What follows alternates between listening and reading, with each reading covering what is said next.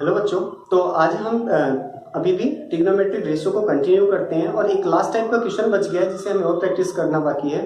तो आज हम उन क्वेश्चंस को देखेंगे और इसके बाद जो ट्रिग्नोमेट्री से रिलेटेड जितने भी टाइप के क्वेश्चंस बन सकते थे वो धीरे धीरे करके हम कंप्लीट कर चुके होंगे। तो उसके बाद हमारा कोई भी टाइप नहीं बचेगा जो ट्रिग्नोमेट्रिक रेशियो के ऊपर बेस्ड होगा। तो चलो हम क्वेश्चन ट्राई करते हैं। तो नेक्स्ट क्वेश्चन हमारा देखो, in triangle ABC in triangle ABC, right angled at B, AB is equal to 5 centimeter and BC is equal to 12 centimeter. BC is equal to 12 centimeter. Find the value of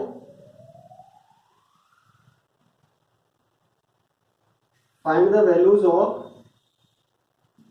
sin A, secant A, sin A, secant A, sin C and secant C and secant C. Solution देखो, triangle ABC है, हमारे पास एक triangle है क्योंकि हमने triangle ले लिया। क्या है? ABC, ABC। Angle B right angle है तो देखो B पे हमने राइट एंगल कर दिया। AB is equal to 5 centimetre. AB कितना हमारे पास 5 सेंटीमीटर है। BC कितना है 12 सेंटीमीटर है। BC कितना है 12 सेंटीमीटर है। तो हमें क्या कहता है, sine A, second A, sine C and second C, इनकी हमें वैल्यू बतानी है।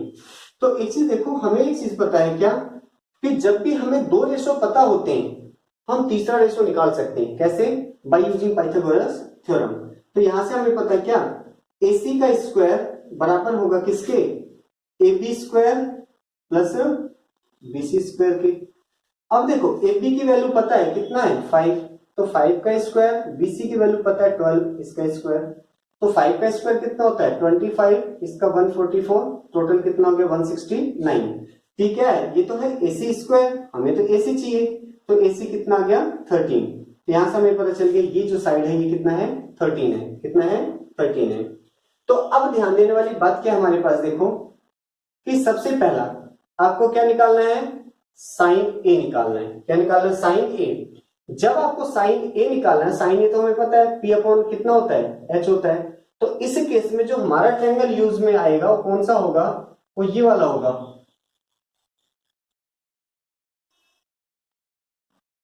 देखो ABC, ये वाला 90, ये 13 हो गया, ये 5 हो गया, ये 12। ये हमने देखो इसी फिगर को यहां पे यूज कर लिया। अब साइन A है ना, अगर ये साइन A है तो हमारा ये वाला एंगल हो गया। अब हमें पता है 90 के सामने वाला H तो फिक्स है। अब क्योंकि A एंगल यूज कर रहे हैं तो A के सामने वाला जो 12 है ये हमारा किसका काम करेगा, P परपेंडिकुलर का काम करेगा।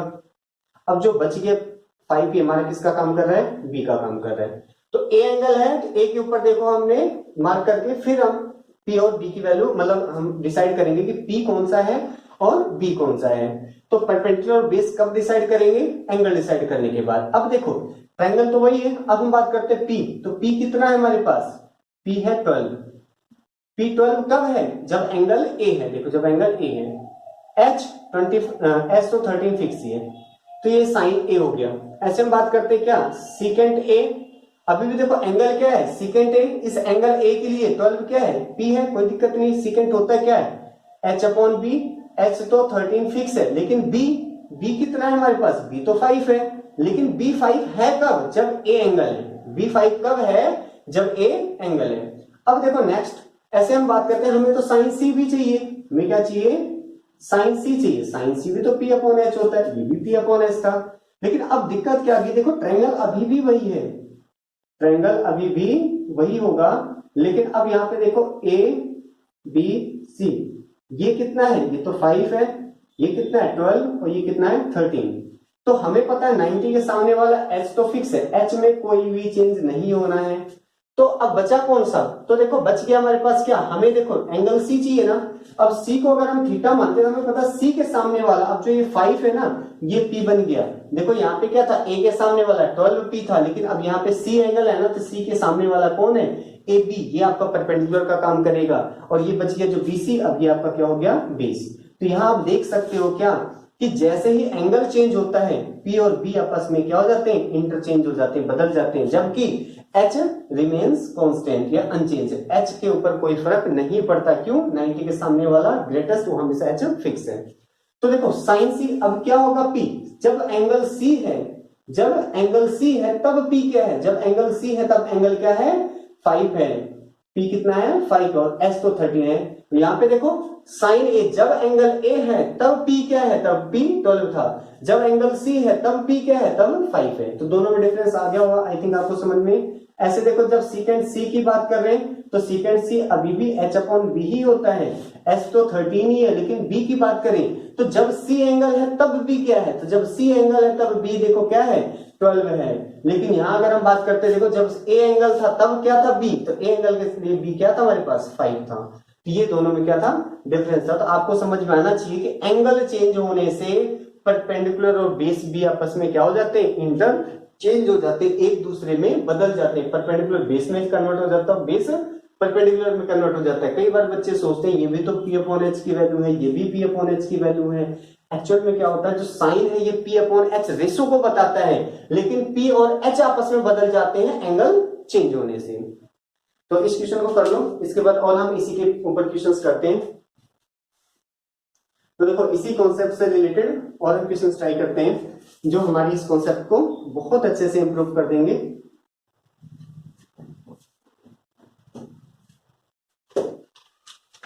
देखो नेक्स्ट क्वेश्चन क्या है,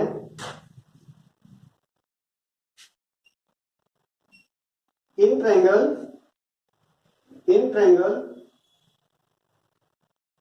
ABC, in triangle ABC it is given that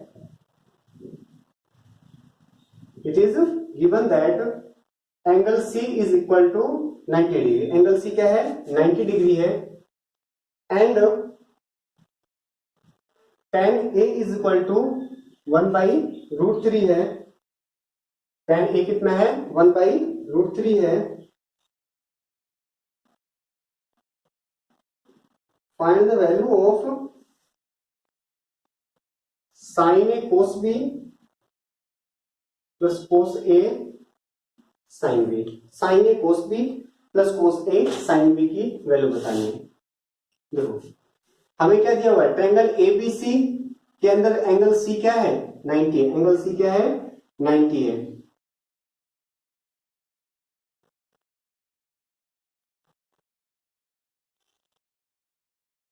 angle C 90 पे है। तो देखो हमने क्या कर दिया, ABC हो गया।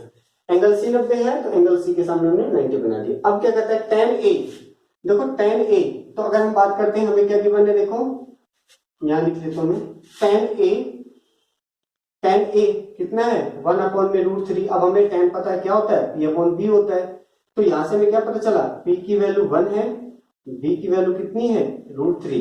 लेकिन P और B की वैल्यू 1 और √3 कब है, जब A एंगल है। A का मतलब ये एंगल है, क्या है, ये एंगल है। तो देखो इस एंगल की अगर हम बात करते हैं तो P क्या है, ये P होगा। 90 के सामने वाला S तो फिक्स होता ही है, ये P हो गया। अब बच गया कौन सा, B, कौन सा बच गया, B। हम B निकाल लेते हैं। तो अब यहाँ पे सॉरी देखो, तो यहाँ पे P तो 1 दिया हुआ है, B हमारे पास देखो √3 की 1 है, क्या नहीं पता H, तो H निकाल लेते हैं, कैसे, पाइथागोरस से। तो H² क्या होता है, P² प्लस B² के बराबर होता है। अब देखो H² तो हमें चाहिए P² कितना है, देखो तो 1 का स्क्वायर प्लस B² कितना है, तो √3 का होल स्क्वायर। तो देखो 1 प्लस √3 का स्क्वायर 3 कितना हो गया 4, तो H² बराबर 4, तो H बराबर कितना आ गया 2, तो H की वैल्यू कितनी आ गई 2, ये भी कितना है 2। देखो PBS सब आ गया। तो अब हम बात करते हैं, देखो क्या कि अब हमें जो चाहिए ना हम उसे निकाल लेते हैं। तो सबसे पहले हम बात करते हैं, देखो हमें तो एक चाहिए sin A और हमें एक चाहिए कौन सा, cos A। अगर साइन या कोस ए चाहिए तो हमें पता है इसी ट्रायंगल के अंदर सी 90 है, देखो ये एच था, मतलब यहाँ पे हमारे पास क्या है, एच तो फिक्स है जो कि कितना है 2 है, लेकिन ये वाली जो साइड है हमारे पास क्या है, ये बी, और देखो ये तो वर्टेक्स एबीसी हो गई। अब देखो सीबी तो फिक्स है, कितना है 1 है। एसी कितना है हमारे पास, देखो एसी कितना है √3, कितना है √3। साइड की लेंथ तो फिक्स है, लेकिन अब हम बात करते हैं अगर एंगल ए है तो ये हमारे पास P होगा और ये हमारे पास क्या होगा, B होगा। तो देखो साइन होता है क्या है, P अपॉन H। P की वैल्यू कितनी है 1, H की वैल्यू कितनी है 2। कोस ए कितना होता है B अपॉन H, B की वैल्यू कितनी है √3, H की वैल्यू कितनी है 2, ये निकल गया। लेकिन अगर हम और बात करते हैं, हमें देखो क्या है, साइन ए कोस ए के अलावा कोस बी साइन बी भी चाहिए। हमें क्या चाहिए, कोस बी की भी जरूरत है और किसकी जरूरत है, साइन बी की भी जरूरत है। ये भी होते हुए ये P upon H, B upon H और P अपॉन H। लेकिन अब इसके लिए देखो ट्रायंगल तो अभी भी वही रहेगा, ट्रायंगल में कोई चेंज नहीं। तो ये देखो हमारे पास क्या एंगल C हो गया, ये B और ये A। अब देखो ये 1 था, ये √3 और ये 2, साइड की लेंथ भी अभी भी वही रहेगा, वो भी चेंज नहीं होगा। हाँ 90 के सामने वाला H भी फिक्स होता है, ये फिक्स है। लेकिन अब बात आती है अगर आपको एंगल B चाहिए, अगर हमें B पे वैल्यू निकालनी है, अब B के सामने वाला ये P का काम करेगा, जहां भी P लिखना है, जहां देखो जब एंगल B है तो P की जगह √3 लिखना है। अब ये वाला क्या बच गया, ये अपने आप ही बेस बच गया। तो अब देखो B की जगह 1, H की जगह 2, देखो 1/2। अब आप कहोगे 1/2 तो यहाँ साइन ए था, लेकिन देखो ये एंगल पे था और ये वाला B एंगल पे है। ऐसे हम बात करते हैं, देखो साइन बी। अब साइन बी के लिए क्या P, अब P के कौन सा है हमारे पास, P तो देखो कितना है √3/2। तो देखो हमने क्या कर दिया, साइन ए कोस बी साइन बी सबकी वैल्यू निकाल दिया। अब बस इसका एलएचएस लो, मतलब अब इसको हम बता सकते हैं, हमें इसकी वैल्यू बतानी है। क्या है ये देखो, साइन ए कोस बी प्लस कोस ए इंटू में साइन बी, सबकी वैल्यू रख दो। साइन ए कितना है, तो 1/2 इंटू में कोस बी, देखो कोस बी कितना है 1/2 प्लस कोस ए, क्या कोस ए कितना है देखो, तो √3/2 इंटू में साइन बी कितना है √3/2। तो देखो 1 इंटू 1 कितना होता है 1, 2 इंटू 2 कितना हो गया 4, प्लस √3 मिलके कितने हो गए 3, 2 और 2 मिलके कितना हो गया 4। तो देखो 4 एलसीएम आ रहा है, तो कितना हो गया 1 + 3 कितना होता है 4/4, कैंसिल होकर कितना आ गया 1, ये आपका आंसर हो गया। इसकी वैल्यू बतानी थी जो कि कितना है 1 के बराबर है। तो एक क्वेश्चन और ट्राई करते हैं जो हमारे इस कॉन्सेप्ट को बिल्कुल अच्छे से और क्लियर कर देगा।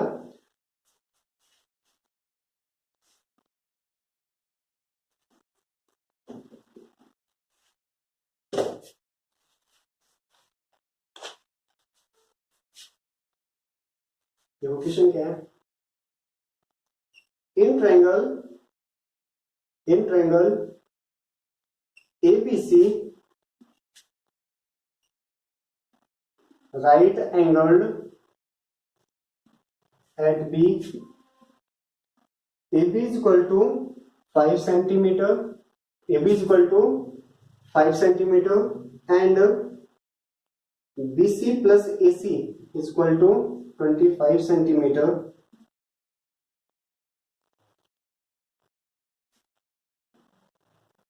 Find the values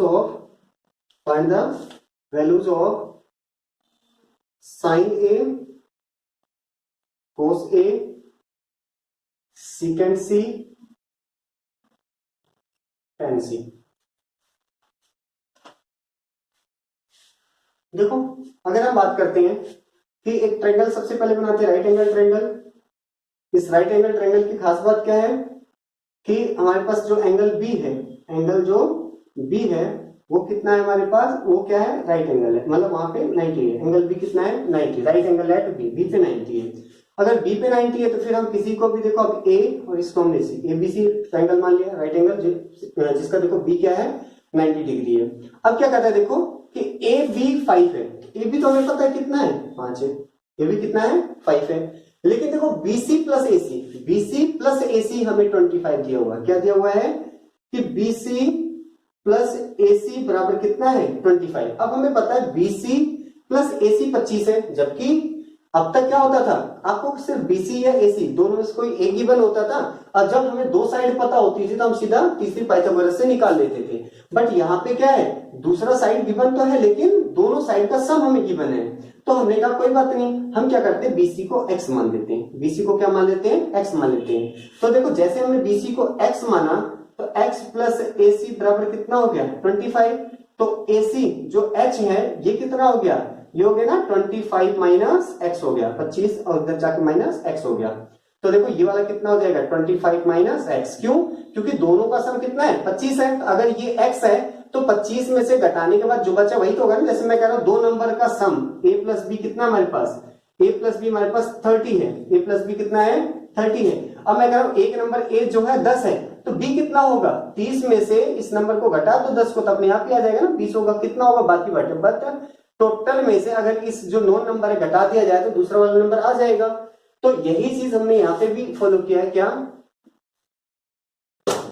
कि देखो ये हमारे पास हो गया। अब हम बात करते हैं क्या कि अब x की वैल्यू, एक अननोन है x, इसकी वैल्यू बता दें। देखो एक वेरिएबल के लिए एक हमारे पास क्या है, रिलेशन बहुत होता है, हमें पता है यहाँ पाइथागोरस थ्योरम लग जाएगा और क्या हो जाएगा 25 माइनस x का होल स्क्वायर h का स्क्वायर बराबर होगा क्या, बाकी के दोनों के स्क्वायर के सम के, यानी 5 और x का होल स्क्वायर के। ये देखो कितना हो जाएगा 25 का स्क्वायर 625, यहाँ पे कितना होगा प्लस का x स्क्वायर और माइनस का कितना हो जाएगा 50x बराबर, यहाँ पे कितना हो जाएगा 5 का स्क्वायर 25 और प्लस का x स्क्वायर। देखो x स्क्वायर से x स्क्वायर क्या हो गया, कैंसिल हो गया। ये 25 इधर आएगा तो कितना हो गया 625 माइनस 25 इज इक्वल टू ये 50 उधर जाके प्लस का 50x, 625 में से 25 गया कितना हो गया 600 इज इक्वल टू 50x, कितना हो गया 50x। अब देखो हमारे पास 0 से 0 और ये 5 से क्या हो जाएगा 12, तो x बराबर कितना आ गया देखो 12, x बराबर कितना आ गया 12। अब देखो अगर ये x 12 आ गया तो ये कितना हो जाएगा 25 माइनस 12 इज इक्वल टू 13। तो देखो हमारे पास सारे के सारे साइड्स आ चुके हैं, ठीक है 5, 12 और 13। ये आने के बाद बस हमारे क्वेश्चन तो हो ही गया। कैसे कि अब देखो एक ट्रायंगल है जिसका नाम ABC है और BP देखो राइट है, ये 5 दिया हुआ है, ये 12 और 13 हमने निकाल लिया। 90 के सामने वाला h फिक्स होता है, कोई डाउट नहीं, ठीक है यहां तक हम आ चुके हैं। अब देखो कहता है क्या है साइन A बताओ, हमें क्या बताना है साइन A बताना है। अब एक से देखो साइन A इस वाले एंगल की बात कर रहे हैं ना, अगर ये एंगल है इस केस में क्या होगा ये P होगा, इसी केस में हमारे पास देखो क्या होगा ये तो P हो गया, इसी केस में हमारे पास क्या हो गया देखो कि ये अब बचा हुआ क्या हो जाएगा B हो जाएगा, क्यों S तो फिक्स है। तो साइन ए होता है क्या है P अपॉन H, साइन ए क्या होता है P अपॉन H, P कितना है 12, H कितना है 13, तो 12/13। और हम देखते हैं तो हमें कोस A भी चाहिए, तो देखो कोस A कितना हो जाएगा, कोस A होता है B अपॉन H। तो देखो A एंगल है, अगर एंगल A है तो B कितना है तो B 5 होगा, तो 5/13 ये हो गया।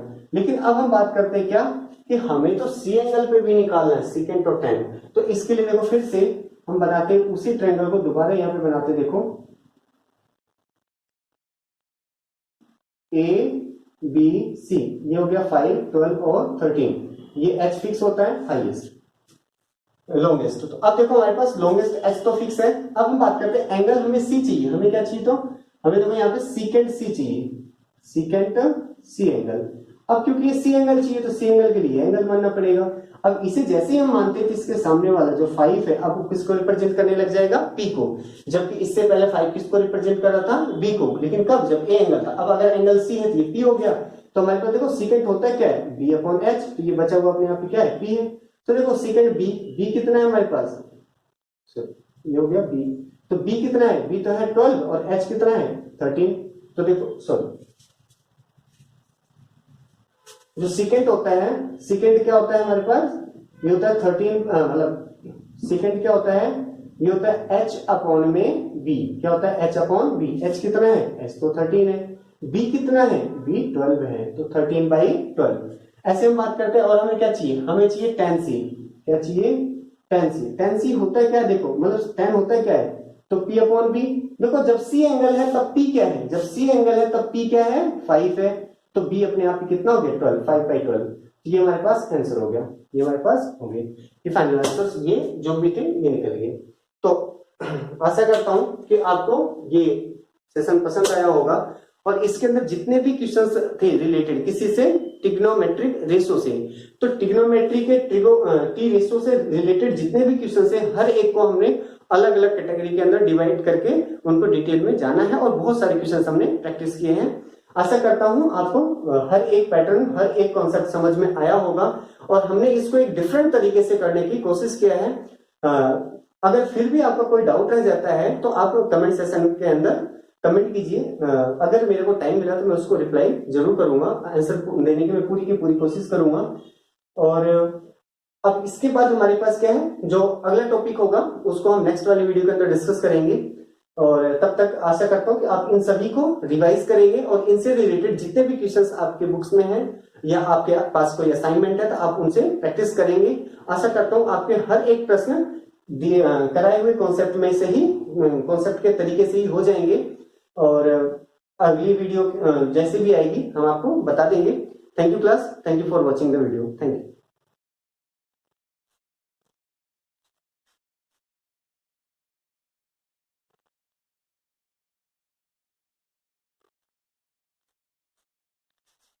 और इसी के साथ हमने क्या किया कि ट्रिग्नोमेट्रिक रेशो से रिलेटेड जितने भी क्वेश्चंस थे वो सब के सब हमने क्या कर लिए, कंप्लीट कर लिए हैं। अब ट्रिग्नोमेट्रिक रेशो से रिलेटेड चाहे कोई सा भी प्रश्न हो आप उनको इजिली सोल्व कर सकते हो।